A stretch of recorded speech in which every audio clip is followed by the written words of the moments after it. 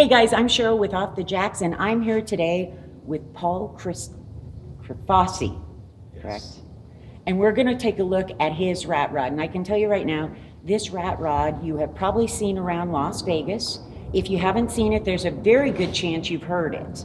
And I know this was built from the ground up by you. So Yes. let's start off with, what did it start as? It's a 37 International Harvester cab.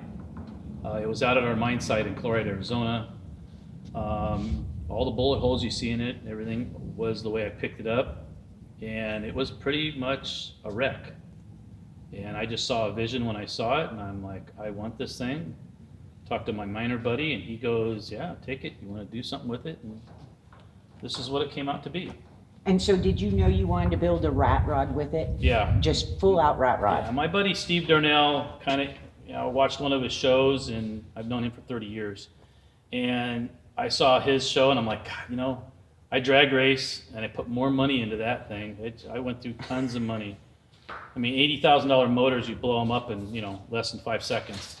This thing, I don't even have probably $10,000 in this whole car. And it runs. I have a great time. The most money I put in it is fuel. That's it. And you drive this every day, so this isn't one that you just take to shows. Oh no, this is a daily driver. I drive it back and forth to work. I cruise the strip with it. Go to the grocery store. We'll go out to dinner in it, and it's just a fun all around car. So, do you ever drag race it? I've had it on a track at our track over at Speed Vegas a couple times. Me and Steve played around with his D-Rod and my car, and we've. And you beat him, right? Well, I have pictures of me in front of him. That's about as far as it goes. Once he boosts up, I mean, this is with the smaller motor too, but not with this motor in there. But once he boosts up, he smokes me out and he goes past me. So what kind of engine is this? This is a Dodge. It started out as a 440, came out of a motorhome. And the motor, I think that what's in this one right now was the one, before we rebuilt it, is the one that sat for about 20 years on the ground with nothing covered it up. I put it in the car. It had just the same transmission, which is a 727. This thing had water in the oil.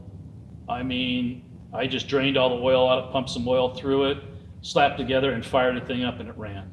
The old carburetor had a single carburetor on it. And then once we got use of this one, then I built another motor, which was 517 cubic inch, and it was just a cantankerous motor. It hated life. It did not like the blower. It had way too much compression. It was just a pain in the ass to drive. So I built this one, this one's 500 cubic inch. Low compression, pushing about 10 to 15 pounds of boost, and this thing will drive all day long. I drive it on the freeway. We've cruised to Laughlin from Vegas. I've cruised to Chloride, or to Kingman, and on the freeway it was getting, believe it or not, 10 miles to the gallon. Oh, really? Yeah. That's not bad for this. And running two 650s double pumpers on it. But it's got 308 gears in it, so you don't have to have your foot into it. You just barely open the throttle up and it just cruises along.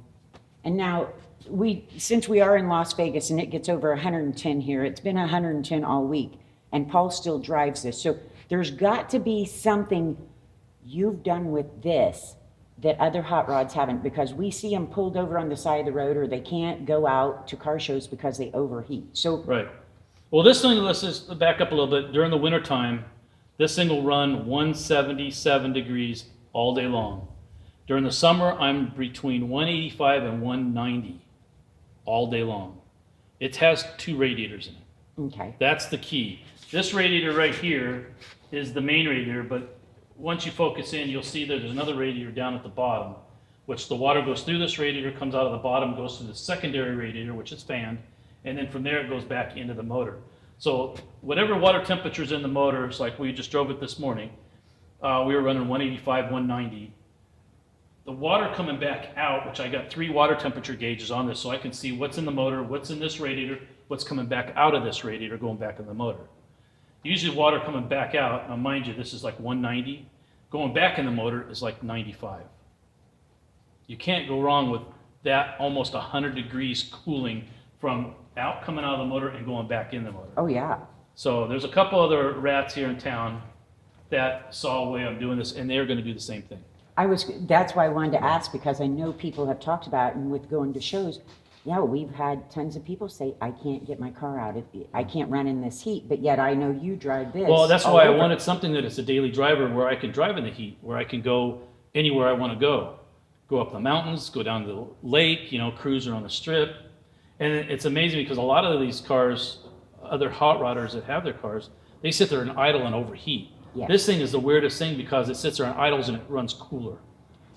I have no idea if it's just because of the dual radiators or the way I have it set up, but even with the single radiator I had before, it always ran cool at idle. And of course, this is, like I said, was a motorhome block. So I don't know if the passages are bigger, it holds more water, I'm not sure. All I know is it runs good. I have no issues with it, and I have 2 of them.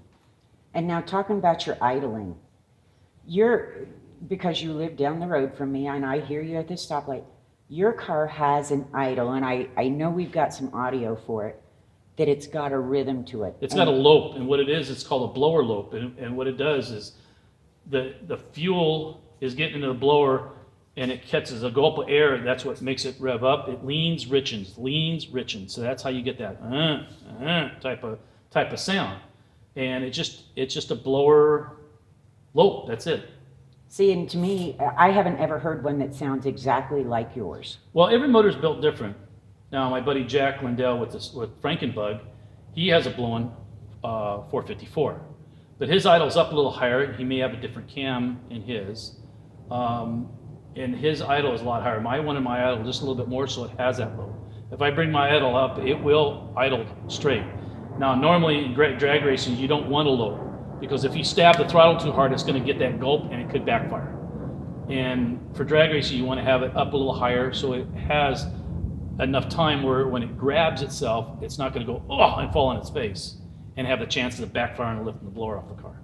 That's why these are on there, because these are blower straps, and in case they do lift the blower, it's not going to send everything off. Well, I was looking, I'm like, I don't know exactly why you have those on there, but now I get it. Yeah, that's just in case. I mean, even all the bolts are aluminum that hold the blower on. Now, the one thing I don't have on this, which I'm going to be putting on, is a burst panel. In case it does backfire, that it will blow the burst panel out and not hurt the blower.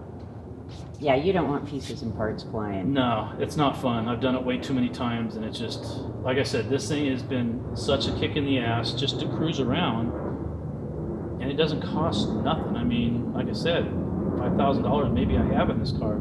How long did it take you from start to finish? From when I picked it up out in Chloride, the cab, the motor, transmission, the front end, in this shop here, it took me 5 weeks, about 500 hours every day. I was on it, and I have it on my phone documented when I picked it up, and when I drove it out, the dates. You can go by the dates, and I drove it out of the shop 5 weeks. Wow. So and that's actually a long time. I mean, Steve builds some pretty amazing rat rods over at WelderUp, and he can turn a car in like 3 weeks. But he's got a lot of help. He does. He's got like 8 Yeah. guys working there. This is by myself. I did this all by myself. So when you started, is this pretty much exactly what you pictured? I had a picture of a car that was stretched, and then my idea was I was going to leave it stretched, but I was going to have 2 of these motors, which I do, and I was going to have dual motors. Well, once I started looking at it, it's just like, you know what? I like the stretched look because it's more racy. Yes. And then I figured, you know what? Once I set the motor in place and I figured where everything else was going to go, I said, I'm just going to leave it like this. And that's what I did. And I know a lot of the rat rods, some of them are really decorated. We just talked to David Oh Alexander. yeah, his is awesome. His is He decorated. goes into a lot of detail. He likes to do a lot of detail stuff. Mine is just throw it together and go drive it. See how fast he'll go? Oh, How that's- fast will this go, do you think? Because I'm sure. Well, like I said, out at our track, I had it down the straight of about 120, 125. And that's with the old motor. That's not with this motor here. So I'm not sure what this will do. Like I said, I didn't build this just to drag race. This is more to play from stoplight to stoplight. Yeah, and we followed you, so we know how you do that. So does this thing ride terrible? No, actually, it rides really well. It's all on air. It's got semi-airbags in the back, come off an in dump, and the front bags are off a day cab, which are what holds the back of the cab up. And what about inside? AC? Yes, it does. 115 out. It definitely has AC. My wife wouldn't ride with me without the AC. It has a air conditioning system that came out of a Jeep and a Wagoneer style. The condenser is in the back. As you can see, here's part of the dryer is right here. And the rest of the unit's underneath the back of it, so it doesn't affect the radiator at all. It will actually freeze you out of here in the summer. That's good because Yeah. Well, like I said, my wife she loved cruising around, but the thing is, it's way too hot. And this cab there's nothing there. So the heat hits this thing and it's just like an oven and it will get hot as hell in there. But have the air conditioner on, and actually sometimes I got to turn it off because it will freeze you out. and you have an actual seat. Yeah, this is all cushioned. Go ahead and sit down inside of it and you tell me what you think. I was gonna say, yours is more comfortable than Dave's, I bet. Oh, yeah, it's not like yeah. You've got a lot more room than he does. Yeah, I made it more for comfort because I wanted to cruise. Right. You know, it's got all the trick stuff inside of here, you know, where the motor, it's got a complete MSD 7AL3 ignition system in it. It does have all the switches. I got a line lock in it to lock the front tires. It does have the nitrous switches in it. But the one switch that I really use, I haven't used it yet with this motor, is I inject alcohol and nitromethane into the pipes. That's what gets those blue flames that look like a fuel car running. So you're sitting there idling and all of a sudden it starts popping and it starts throwing flames out of it. Not like some of these guys that inject gasoline and they just have these big old flames come out. This will actually throw blue flames about 2.5 feet out of each pipe as it's cackling. See, and I haven't seen that yet. Now, because I've only done it a couple times and the motor doesn't like it too well. Because it sucks some of the stuff back into the motor, and nitro with inside of the cylinders it gets pretty nasty. It will burn your eyes pretty good too. Maybe you shouldn't do that then. Well, once I get this one over here, we'll have all that stuff in it. Okay. But it has all you know, like I said, it's got all the gauges. Like I said, I have 3 water temperature gauges in this thing, 2 oil pressure gauges, because I want to make sure I'm getting oil pressure to both, you know, the top and bottom of the block. Turn signals. It's even got cup holders in there. I'm just wondering, is this something specially made for rat rods, or could I just take it and use it in my chicken? You could. I'm like, That's actually an air conditioning thermometer for. is it really? Yeah, that is to check the temperature in the air conditioning. I swear this is, I figured you just got it out of your wife's cabinet. That's what it's made for. And it'll push out 65 degrees. It gets cold, like I said. And it even got cup holders. If you pull over there, see by the gauge, pull that down. And then Oh, snap. gotta have cup holders. Oh, yeah. Then we're just RV cup holders. You know what? This is now no longer a rat rod. This is now a luxury rider. Sure it is. It's all, like I said, it's all right. And then you can reach down there, see those 2 switches by the shifter. See down at the bottom? No, all the way back, right there. There's 2 here. switches. Pull them back towards you, both of them at the same time. Just pull them back. Now it's on the ground. Boy, I'm special now. And now, do you have an air compressor for that, or do No, you just that's have what those bottle there? the bottles are back there. The nitrous bottles are filled with CO2 because you really don't want to run nitrous with a blown motor. I mean, you can. I don't. It's just way too much boost. Way too much shit can go wrong. Yeah. I've played with nitrous, you know, out of high school in '76, and I was sponsored by NOS back in the day that we used to have our monster trucks and our mud trucks that we had, and we played with all kinds of different nitrous stuff, blowing, not blowing, everything.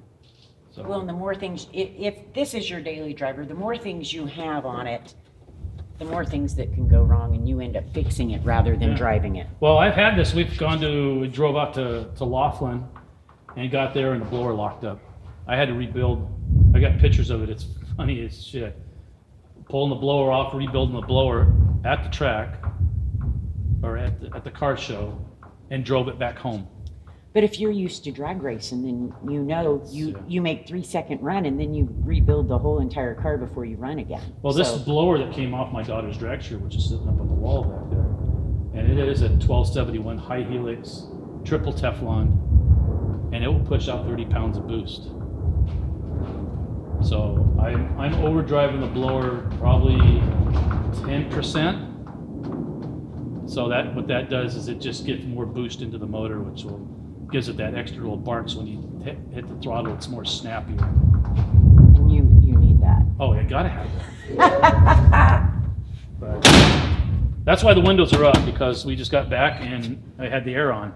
This is really cool, and it's one of my favorite rat rods. And while David Alexander has one that I love all the detail, I love the sound of this one. And you've got some of the lights, and so it, it has a cool look. It's just not as detailed.